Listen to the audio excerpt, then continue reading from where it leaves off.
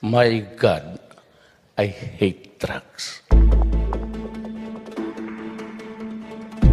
Fugitive Osamis City Councilor Ricardo Ardot Parojinog will face at least 6 criminal cases when he returns to the country. Parojinog was arrested Wednesday night at Tungkang, Pingting County in Taiwan. PNP spokesman John Bulalakaw said Parojinog was arrested for illegal entry. The PNP will investigate how Parojinog was able to leave the Philippines despite a warrant of arrest issued against him.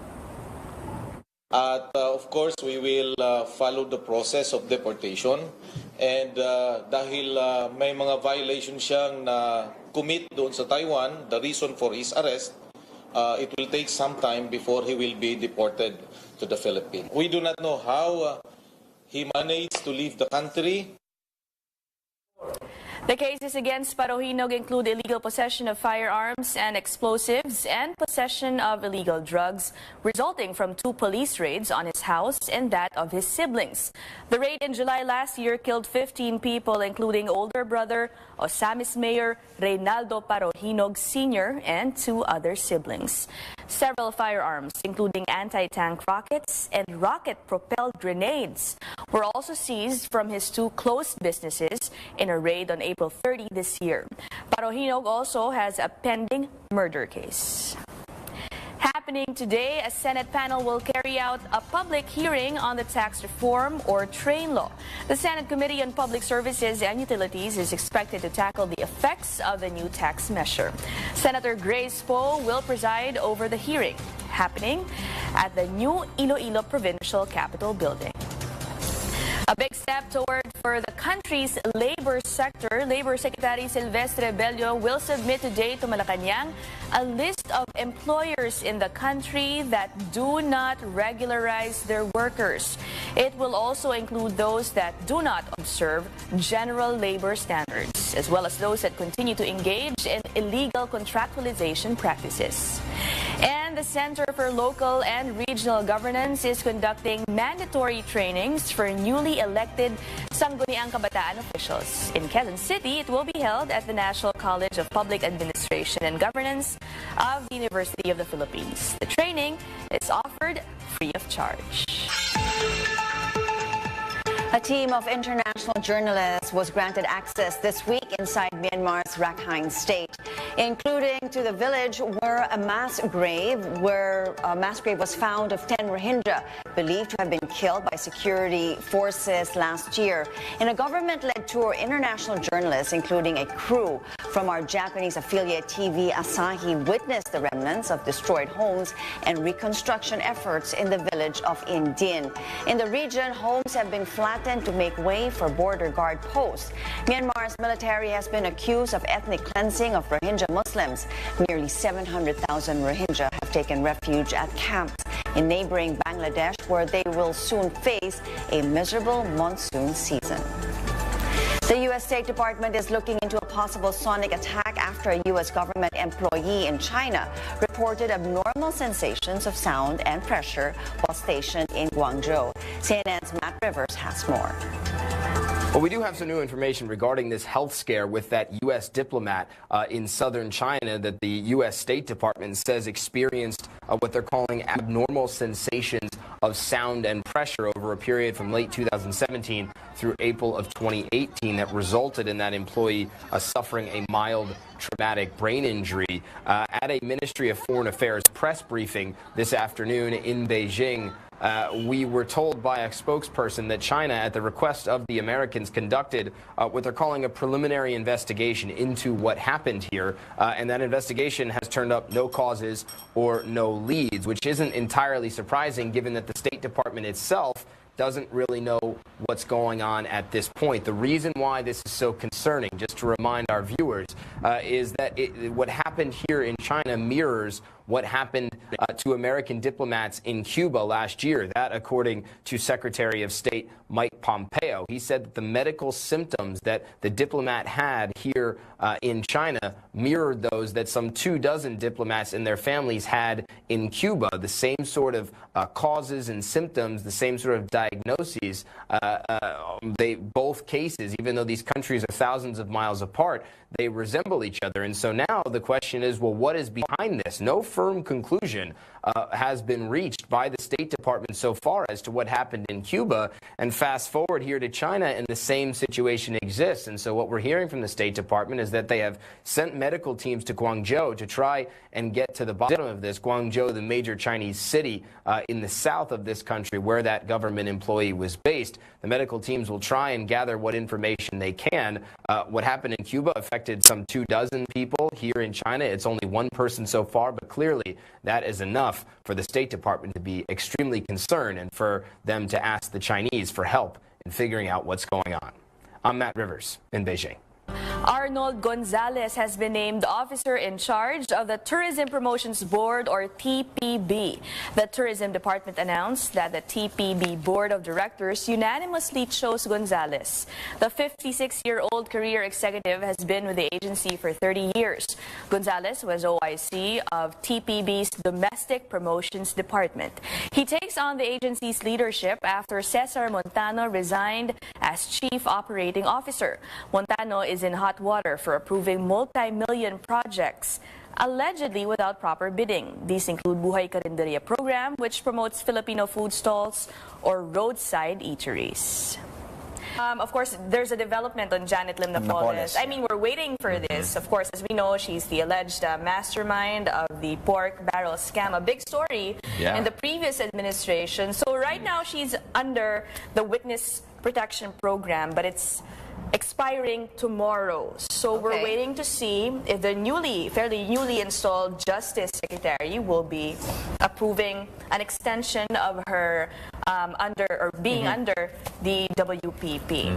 Wow, so we're trying to reach out to the Justice Secretary today. Hopefully he answers our call so that we can get his thoughts on what he's thinking. News. Yeah.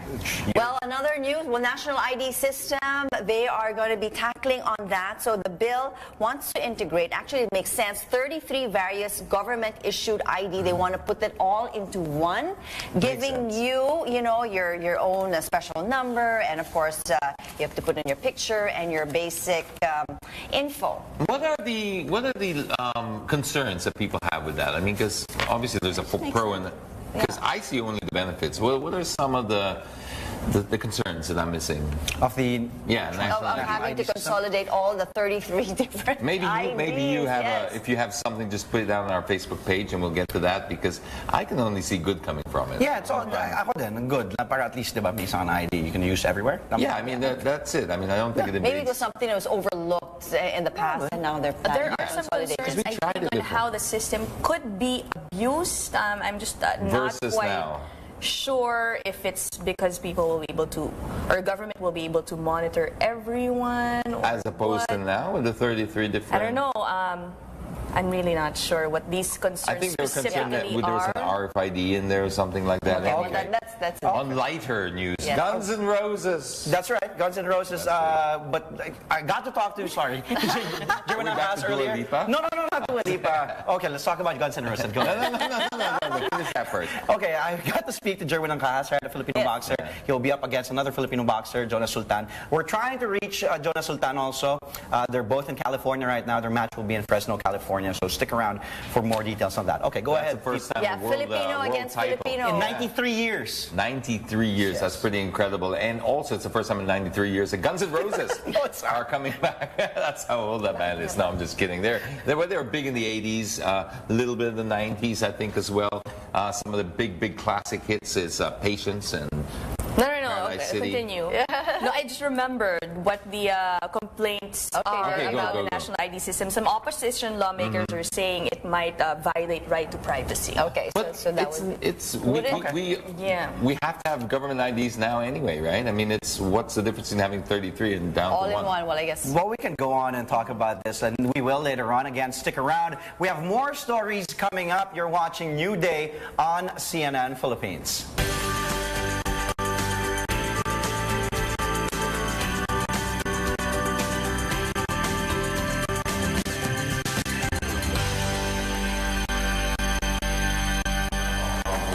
Now moving on to another story, consumers say they have to spend more money for fewer things as the prices of goods continue to rise. Some are blaming the increase on the recently passed Tax for Acceleration and Inclusion Law, more commonly known as the Train Law. But the Finance Department says it is against repealing the law as called for by opposition lawmakers. It also says the government cannot suspend the fuel excise tax. This seems contrary to Malacanang's earlier pronouncement. Our Joyce Idas tells us more. Consumers just have to bear the impact of higher fuel taxes this year. Finance Undersecretary Carl Chua says the government cannot suspend the excise tax on fuel under the Tax Reform for Acceleration and Inclusion or TRAIN law. There's also a provision in the TRAIN law that says that we cannot suspend the existing rate. We can only suspend the next increase if the condition is met. Chua says what can be suspended is the second tranche of increase in the fuel excise tax in January 2019. But this can only happen when the average Dubai crude oil price reaches $80 per barrel from October to December this year, or 3 months before the next scheduled increase as provided by law. Dubai crude is currently nearing $75 per barrel. Some lawmakers, however, say suspending the next tranche of tax increase is not enough to cushion the tax reform law's impact on poor Filipinos, suffering from high prices of basic commodities. They are calling on colleagues at the House of Representatives to support their bill repealing what they call anti-poor provisions of the TRAIN law. Among these, the excise tax on fuel and sugar-sweetened beverages and restoration of some value-added tax exemptions. House Ways and Means Committee Chairman Dakila Kua says his committee is reviewing the impact of the TRAIN law. Kung sa ating pag-aaral ay makita natin ito ay dapat i-suspend, open naman tayo sa possibility niya. The Finance Department, however, is not open to suspending the law. And all the President's promises will not be funded. A lot is at stake, and we have infrastructure, free SUC tuition to deliver, and all the budget priorities. You lose credibility, and you lose all the hard-won reforms and credit rating that you have achieved. The country's economic managers earlier said the TRAIN law only contributed 0.4% in the spike in commodity prices in April. They instead blamed the surge in fuel prices, depreciation of the peso, and profiteering by some businesses. But militant lawmakers are not buying this. Pumunta sila sa palengke, sabihin nila yan sa tindera doon at mamalengke araw-araw. Baka ihambalo sa kanila yung mahal na presyo na mabilihin. Kung hindi ito haharapin ng Kongreso, dahil nagmumula naman ito sa Kongreso at ng Duterte administration, magiging isang napakalaking political and electoral issue nito. Congress only has 3 session days left, a very small window, to take up the bill repealing the TRAIN law before it adjourns for a 2-month break. Joyce Ilas, CNN Philippines.